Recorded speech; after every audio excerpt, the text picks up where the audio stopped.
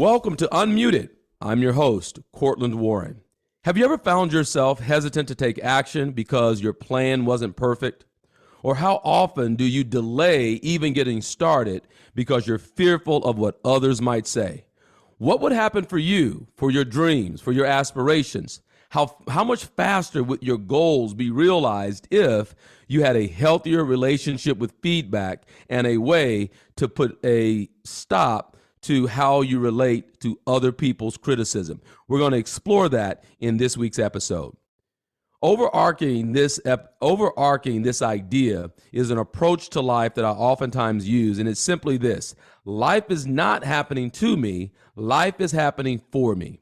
So to the extent that you can embrace feedback, criticism, situations, experiences, be they highs or lows, to the extent that you can embrace it with the understanding that it's happening for you, meaning for your full expression, for you to advance, for you to grow, and not happening to you, not like retribution from an esoteric being who's mad at you or upset with you, which is a basic misunderstanding of what karma is, by the way. But if you could really have a healthy relationship with feedback such that you're able to take it, use it to your benefit, then your dreams are realized much faster. When it comes to criticism, and we'll draw a distinction in this episode between criticism and feedback, I want to offer a quick framework for how you can embrace criticism in the first place, starting with you actually listening to it. That's right. When someone has a critique or a criticism, some of the best work that you can do to alleviate the lingering feelings of resentment that come from it are to actually listen carefully, not from a place of agree or disagree, but rather you allow yourself to be with what the criticism is. By listening carefully when someone criticizes you, it is important, very important, to understand their point of view and why they might be saying what they're saying. If you look closely at why they're saying what they're saying, you may determine that they really don't have your best interest at heart anyway, and as such, you can just quickly put it to the side. Also, it's important not to take it personally. See, their criticism of you is usually about an action or a behavior, but they don't know you well enough to actually criticize who you are as a human being. This is one that I've used a lot. I can often go to the place of, well, if you actually knew me, like truly knew me, then those things that you're saying, you would know that they don't fit my character, they don't fit who I am. So in essence, you're criticizing a behavior and not me as a person. What you can also do when the criticism comes, if they're open to it, right, and you believe that it's a person that has your best interest at heart, you could ask for clarification. Ask them, like, what is the point of view that they have such that they provided that level of critique. That can also open you up to a deeper relationship and a better understanding not only of them, but also of yourself. Because when we address the perspectives that have led to misunderstandings, then we're better as a result. If you hear the criticism and you know that it's something that you actually want to change, what can definitely work is you're willing to take ownership or responsibility for it, right? Your desire to get better, your pursuit of being better today than you were on yesterday is ultimately what it means to be personally responsible. The only responsibility you have, in essence, is the responsibility to continually improve. I've said in a previous episode, we don't look to compare ourselves to where someone else is today, but rather compare yourself to where you were on yesterday. And the reality is that you'll never change what you are unwilling to own. If you'll do this, then you have an ability, or you position yourself to be able to learn from it by using the criticism as an opportunity to learn, improve, and grow. This will actually lessen the magnitude of ill feelings that we have because you found a way to be better as a result of it. And then ultimately, it's about moving on, move past it, to continue to put one step or one foot in front of the other. See, as long as you keep moving, there's not a possibility of you experiencing depression. By definition, when something is depressed, that means it stayed in a place too long. Think of a coffee table or your sofa, and you decide that you're going to rearrange the furniture and it's sitting on carpet. When you move, there's that indentation that is there. That depression was able to take shape, to take form, because it stood in one place for too long. So if nothing else, determine, commit, make this promise to yourself that no matter what, you will keep moving. I've been receiving a lot of criticism lately for how I've done things, and even this podcast, and all the feedback and the criticism comes in about how it ought to be and how it ought to be presented. And oftentimes I know that criticism is coming from people who aren't even taking action. And the commitment that I've made to myself is every single day I'll do something. Why? Because being in action keeps me from stopping long enough to experience the depression. It won't allow the indentation to form in my life because I stood still for way too long. And so as we look at then, okay, a framework for moving on from criticism. So it's not just, oh, move on, get over it. That's definitely not what I'm talking about. But how then do we move beyond criticism, right? It can be challenging to do, but here are a few tips that'll help you do exactly that. One, it is for you to keep moving, is to focus on the positive. Any criticism or critique that comes in that isn't balanced. I like to use a sandwich whenever giving someone feedback. I say, well, compliment, criticize, compliment. Sandwich the criticism between those two things, and actually it will enable people to listen more openly to what it is that you have to say. But if you're a person who's receiving that criticism, my encouragement to you is to look for the positive. In fact, one might say that the only way that you'll receive criticism is that you're in action in the first place. Right? The reality is, if you're not going anyplace, then there's nothing to stop you, right? So if I'm not going anyplace, then there's nothing in my way. So look for the positives instead of dwelling on the negative of the criticism itself. Think about your strengths, think about your accomplishments, so that you can rewrite the story that's being framed in your head about not being good enough, not being deserving, so forth and so on. Also, after a deep bout with criticism, it is important to reward yourself with a level of self-care. Take care of yourself by doing things that make you feel good, to remind you that you are in action. And because you are in action, there will be mistakes that are made. And those mistakes that are made are things that you can grow from. And so reward yourself for actually being in the arena versus just on the sidelines watching it all take shape. What's happening when you receive criticism is there's a story that's being reinforced in your mind. And if we're not careful, we'll allow the criticism to reinforce a limiting belief. Our interpretation will fit whatever the limiting belief is. Our subconscious minds, whose job it is to keep us comfortable, to keep us safe, to keep us where we are. And so if we become accustomed to living according to a limiting belief, something that says we ought to be quiet, something that says that we're not ready yet, we've got more to learn, we've got more to do, we're too young or we're too old, whatever that conversation might be, understand that your subconscious mind is not necessarily working against you as much as it is working to keep you comfortable. And unfortunately, sometimes we're comfortable in a belief that does not serve. And so we want to be mindful of that so that we're able to move beyond the critique by not taking it personal and hold it to the behavior itself, not you and your worth as an individual. That being said, there is a difference, in my view, between feedback and criticism. Those words can sometimes be used interchangeably, but the reality is they are not. They are not the same. And so what is a framework then that we can use to help us to create some distinctions between feedback and criticism? You want people in your life, be it mentors or coaches, who will provide you with honest feedback, and not just people who criticize the fact that you're taking action in the first place. Does that make sense?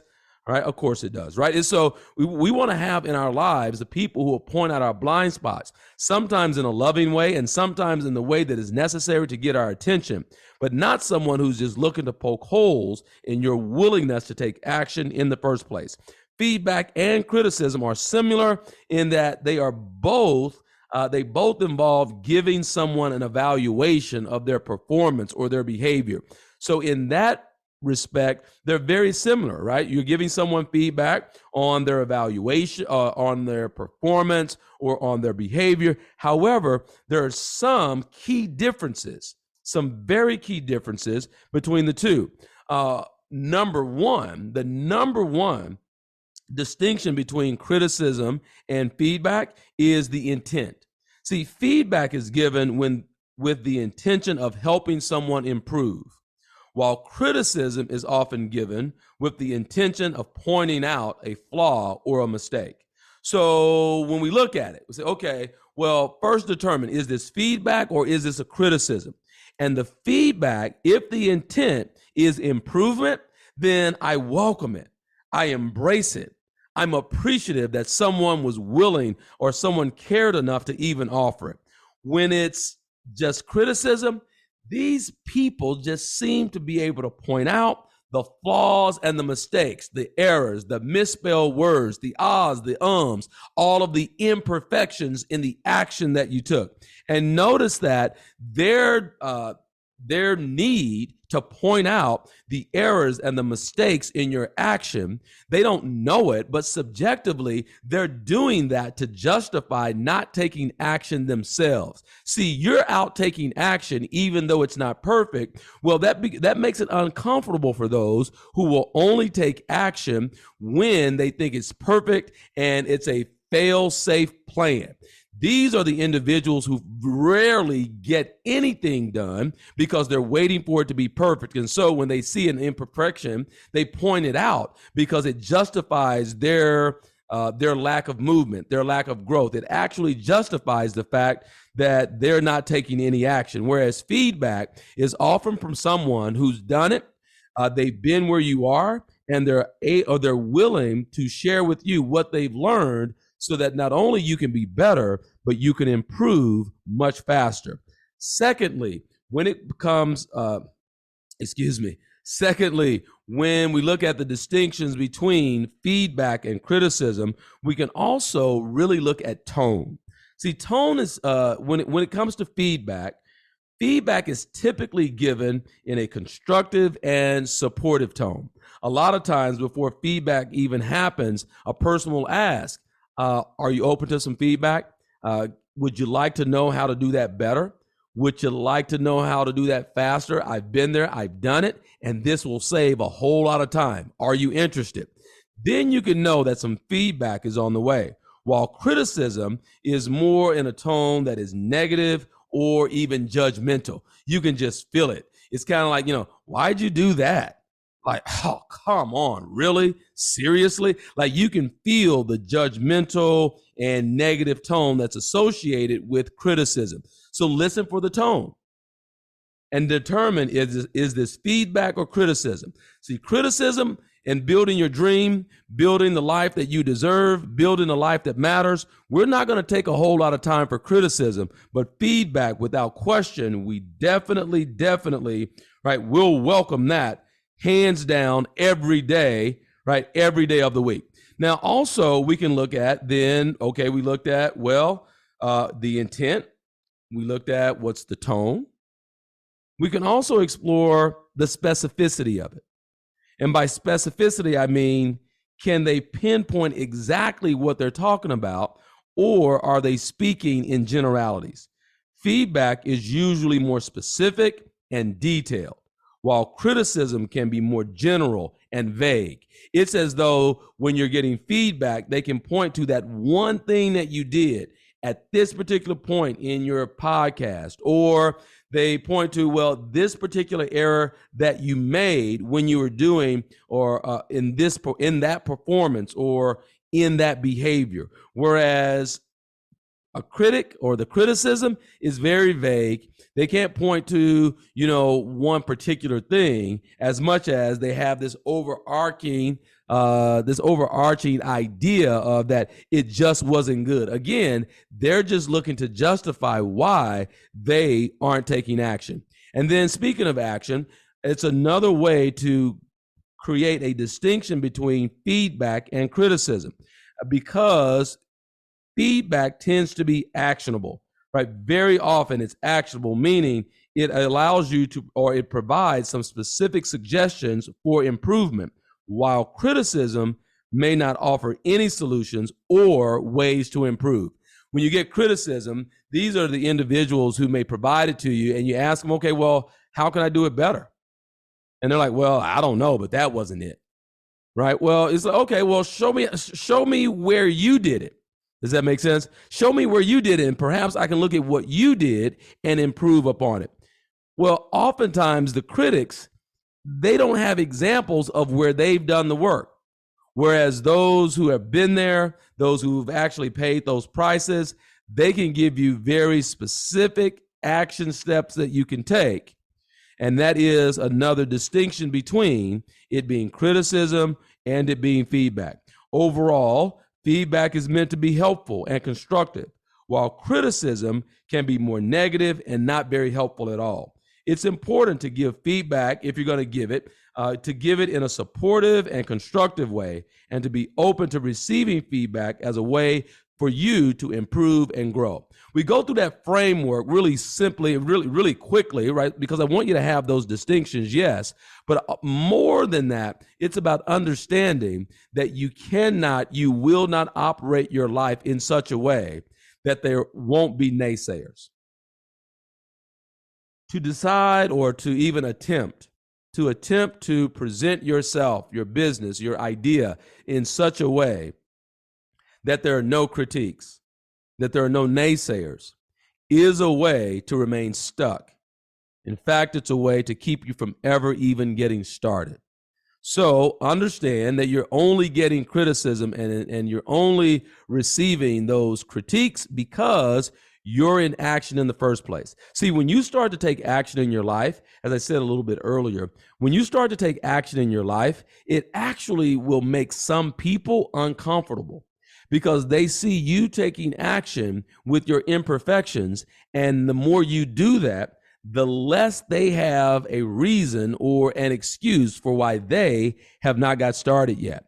It is also important to note that you're going to have these criticism, and there will be people who want to offer up feedback. But primarily, the criticism will come because as you start your business, as you're living your life on your terms, as you are embracing liberty and moving in the direction that you desire to move, it is inevitable that you'll turn some people off because of that. In fact, if you don't have someone criticizing, if you don't have someone trolling you, it's usually a sign that you're not doing anything of significance. I'll slow down and say that again.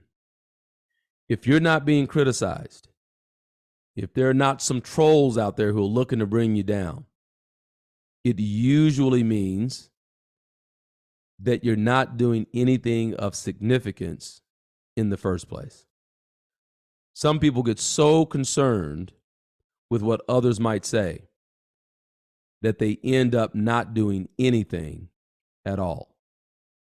You got to pick a side, and not live your life as Switzerland, right? Meaning neutral. I read a quote recently where it said, the person who is liked by everyone can only be hating themselves. It's pretty deep, right? The person who is liked by everybody can only hate themselves. Because what's required to be liked by everyone, the work that you have to put in to be liked by every single person, considering all of the different varieties of taste, and how could you possibly be liked by everyone and still love and appreciate yourself? Dare I say, it's not possible to do that. So we can't avoid it. It's a part of the life experience. Many have been muted. Many have been muted for fear of what others might say, working so hard to get it perfect that they never even get started. They look for another degree, another credential, more letters behind their name in order to show and prove that they're worthy of making the contribution that they desire to make. One of my coaches, his name is Kevin Nations, and Kevin says, contribution is binary, meaning either you can or you can't. So when you look out into the world and there's a challenge, there's a circumstance that you're ready to embrace as a problem, meaning you're ready to do something about it. The overarching question that must be answered is simply this: can you contribute something that makes a difference? If you can, then you have a responsibility to go out and do it. I find in my experience that you'd rarely get criticism from people who are actually in action. Does that make sense? People who are in action seem to not have time to comment on the lives and the behaviors of other people. Why? Because they're so locked in. They're so focused in on what they desire to create that they don't give much attention to what other people are doing. Why? Because they have their eyes set on making a difference, on contributing something that makes it easier for other people to live. Who has time to sit around and talk about other people? People who aren't doing anything, or people who are doing very little with their lives, because they're not doing anything that challenges them, because they're not actively in the pursuit of a dream or aspiration. Then they get distracted easily with the happenings and the goings-ons. Yes, I just made up a word, the goings-ons of other people. I believe it was Eleanor Roosevelt who said, small minds talk about other people. Average minds talk about the problem. Great minds are focused on the solution. I'll say that again. Small minds, small-minded people, they talk about other people. And isn't that true? Haven't you found that to be the case? Where small-minded people, low-vibration people, they seem to fill their time, energy, and space talking about what's going on for other people and what's happening in their lives. They spend their time in rumor and in gossip. Average minds, they talk about the problems. They talk about what's wrong. They talk about what's happening in the world that should not be. Great minds are focused on solutions. And not only are they focused on solution, they feel this calling, this sense of purpose and fulfillment in the solving of problems and the answering of tough questions and challenges in a way that life is easier for other people to live. If you're going to be a person who makes contribution to the world, adds value to the marketplace, understand that criticism and feedback will be a part of it. The criticism that we look to avoid is actually unavoidable. And when done improperly, as we've explored today, it really doesn't have a place. Feedback, we definitely welcome. And so the distinctions again between the two, number one is intent. What is the intent? Are they providing you with this information in order for you to get better? Or is it that they're actually just looking to point out flaws or mistakes? What's the tone that they use? Notice how when someone's tone is really from a place that they desire for you to be better, it's done from a place of care, perhaps even love, because they've been where you are and they know what that struggle is like. They understand that it's difficult. They understand that it's hard, but they embrace that someone else has been willing to take on that challenge. And so their tone is one of compassion and love, whereas criticism, negative and judgmental. Specificity. We can call it feedback if you can specifically point out the ways that I got the behavior or the performance wrong, whereas criticism tends to be general and vague. Is it actionable? Can I do something with this information? Can you provide me, if it is feedback, then you provide me with information that I can do something with. I can be better today as a result of that. Whereas criticism doesn't really leave any room for you to improve. See, the reality is that I want you to take yourself off of mute. This entire podcast was designed with the idea that over years and years of personal development, the thing that I noticed most was that there are great people, brilliant minds, inspiring ideas, wonderful subjects for books, great ideas for business that the world never gets to experience. And a big part of that is the fear of what others might say. It makes sense, though. It makes sense. Why? Because our first programming and conditioning was that of being accepted, being approved of. See, if no one had accepted you, if no one had taken you in on day one, your birthday, the day you showed up on the planet, if no one takes you in, you don't make it to day two. Whether that's your biological parents or not, someone, the medical staff, someone, foster parents, someone took you in. And if that hadn't happened, you wouldn't have made it. So as human beings, we look to fit in. We look to belong. We want to belong to something. We want to be a part of something, because being alone brings back these primal fears of our lives being in danger. And so we find ourselves doing things to be accepted.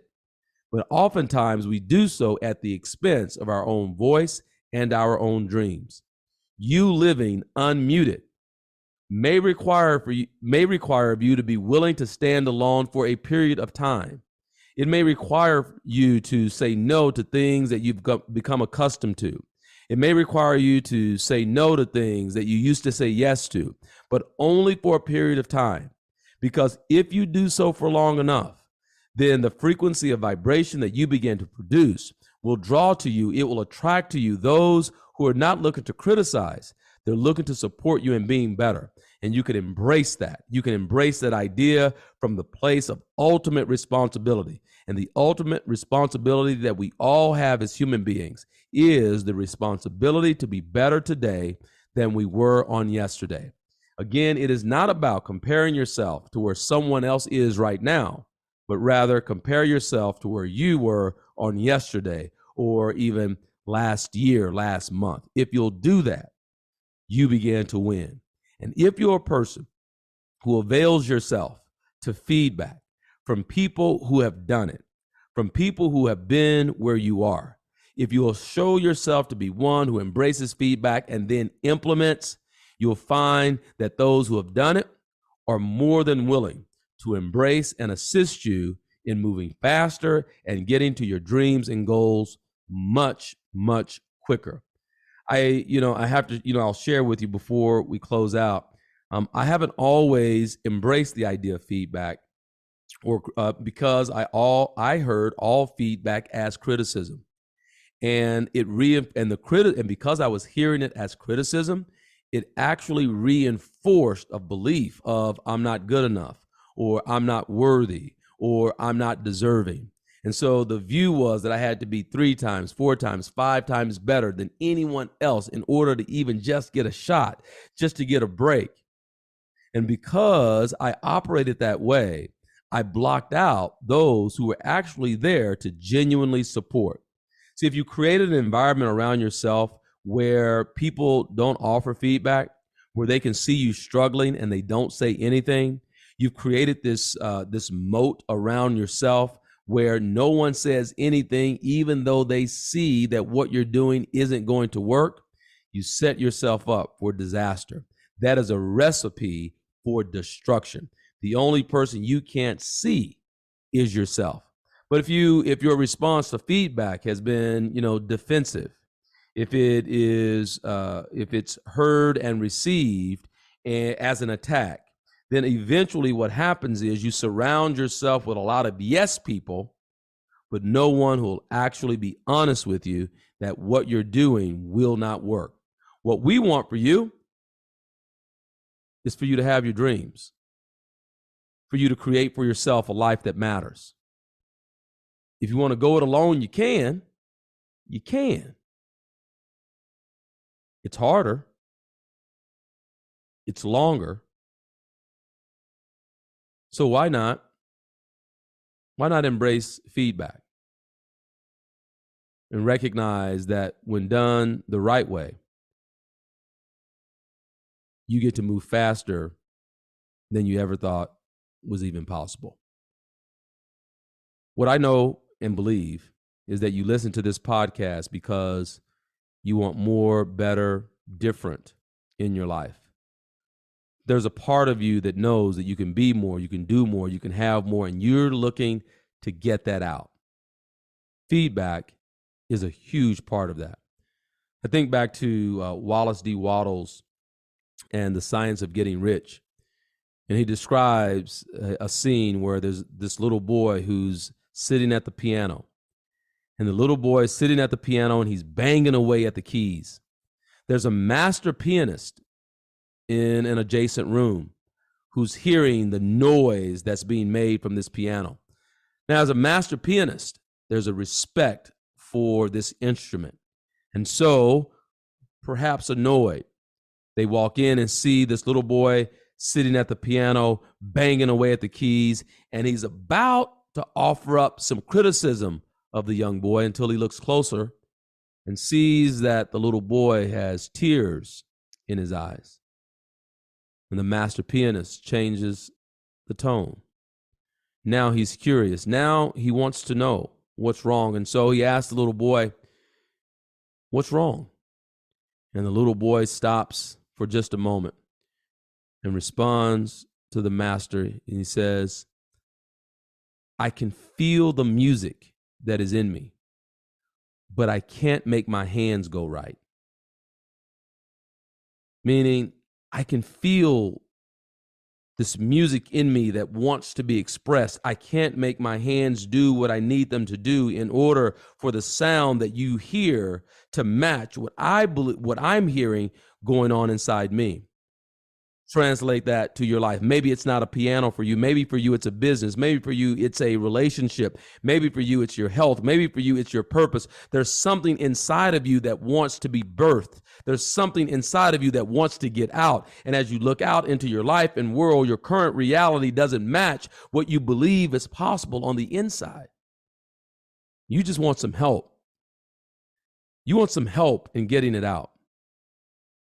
That's why this podcast was created, to assist people like you in unmuting yourself, finding your voice, and living your life according to your truth. I hope this helps. If it does, don't keep it a secret. Let people know that this podcast exists. My encouragement to you is that you subscribe to the podcast via Spotify or YouTube. I'll also invite you to visit courtlandwarren.com or send us an email at info@courtlandwarren.com. Anytime we send out booklets, ebooks, or announcing courses or things that are happening, you'll get that information first before classes begin to fill up. Thank you for listening to Unmuted. We'll see you next time.